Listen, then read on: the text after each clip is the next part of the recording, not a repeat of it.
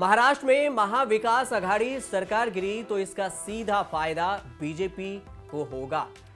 BJP राज्य में बागी विधायकों और अन्य के साथ मिलकर सरकार बनाने का दावा पेश करने में कामयाब हो जाएगी। हालांकि सबसे बड़ा सवाल यह है कि बीजेपी कैसे राज्य में सरकार बनाएगी। शिवसेना के बागी विधायक उद्धव ठाकरे के चचेरे भाई राज ठाकरे की पार्टी महाराष्ट्र नवनिर्माण सेना यानी MNS में शामिल हो सकते हैं। ऐसा इसलिए क्योंकि इसके पीछे का कारण यह है कि शिंदे के पास 2/3 यानी 37 से ज्यादा विधायकों का समर्थन होने के बावजूद विधानसभा में अलग पार्टी की मान्यता मिलना आसान नहीं है। अगर बागी गुट राष्ट्रपति चुनाव से पहले मसले का हल चाहता है तो उसके पास सबसे आसान रास्ता है कि खुद या किसी दल में विलय कर जाए या फिर किसी पार्टी में शामिल हो जाए। ऐसे में MNS में शामिल होने की आशंकाएं जताई जा रही है। राजनीति में कहीं भी कोई भी संभावनाएं खत्म नहीं होती है। ऐसे में मनसे के लिए शिंदे गुट की ओर से एक ऑफर भी आया है। हालांकि अभी इस पर मनसे चीफ को विचार करना है, उधर से कोई भी बयान नहीं आया। ऐसी संभावनाएं इसलिए भी बनती दिखाई दे रही है क्योंकि जिस विचारधारा को आड़े हाथ लेकर शिवसेना के बागी नेता एकनाथ शिंदे 37 से ज्यादा विधायकों के साथ गुवाहाटी के होटल में है, ठीक उसी विचारधारा के नेता मनसे नेता और उद्धव ठाकरे के चचेरे भाई राज ठाकरे की है। दोनों पक्षों के लोगों की विचारधारा एक जैसी है, इसलिए अगर वे साथ आते हैं तो यह महाराष्ट्र की जनता के लिए अच्छी संभावना बन सकती है। हालांकि अभी सिर्फ दोनों पक्षों के बीच चर्चा शुरू हुई है और हाल चाल ही जाना गया है। एक दिन पहले ही 26 जून को एकनाथ शिंदे राज ठाकरे से फोन पर बात कर उनके सेहत के बारे में जाना। कुछ दिन पहले ही राज ठाकरे की हिप रिप्लेसमेंट सर्जरी हुई है, इसलिए उन्होंने फोन किया और उनका हाल चाल जाना। अब सवाल ये कि आखिर क्यों शिंदे गुट मनसे से विलय कर सकता है या हो सकता है। राजनीतिक के जानकारों की माने तो शिंदे गुट डिप्टी स्पीकर नरहरि झिरवाल द्वारा अपात्र करार दिए गए अपने 16 विधायकों को बचाने के लिए जल्द से जल्द पहले से मौजूद किसी भी राजनीतिक दल में विलय करना चाहती है। मनसे का भले ही विधानसभा में एक विधायक है, लेकिन पार्टी लगभग पूरे महाराष्ट्र में स्थापित है। ऐसे में किसी अन्य दल के साथ विलय की जगह शिंदे गुट के लिए मनसे सबसे सटीक पार्टी होगी।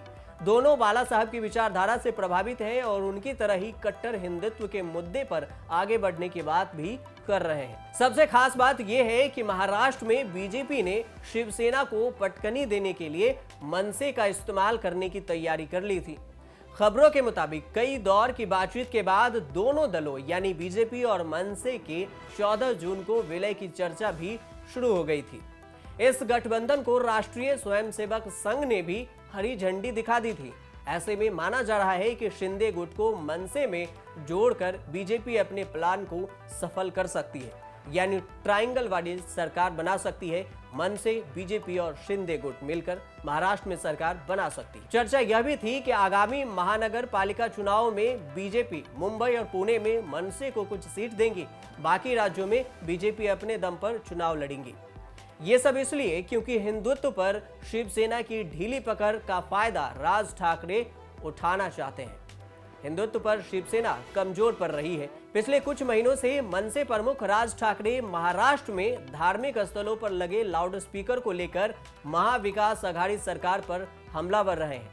वे इस मुद्दे पर महाराष्ट्र सरकार की आलोचना और उत्तर प्रदेश की योगी सरकार की तारीफ भी कर चुके हैं। महाराष्ट्र की राजनीति में कभी मराठी मानुष और कट्टर हिंदुत्व के समर्थक माने जाने वाले शिवसेना की हिंदुत्व के मुद्दे पर पकड़ ढीली होने से राज ठाकरे को फ्रंट फुट पर खेलने का मौका मिल गया है।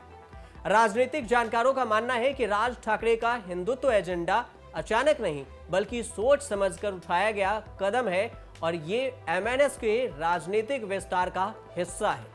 इसलिए शिंदे गुट का मनसे में विलय की संभावना सबसे ज्यादा नजर आ रही है। शिंदे गुट के साथ विलय कर मनसे अपनी इमेज भी सुधार सकते हैं, क्योंकि मुंबई में 26% मराठी वोटर्स हैं, जबकि बाकी 64% में उत्तर भारतीय, गुजराती और अन्य शामिल हैं। ये बीजेपी के साथ शिवसेना को वोट करते हैं।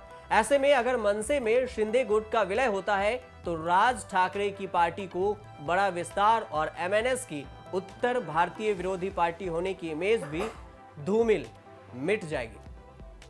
बीजेपी उद्धव ठाकरे की शिवसेना को डैमेज करने के लिए राज ठाकरे को नए हिंदुत्व नेता के तौर पर उभारना चाहती है। इसलिए यह राज ठाकरे के लिए सबसे बड़ा मौका भी होगा।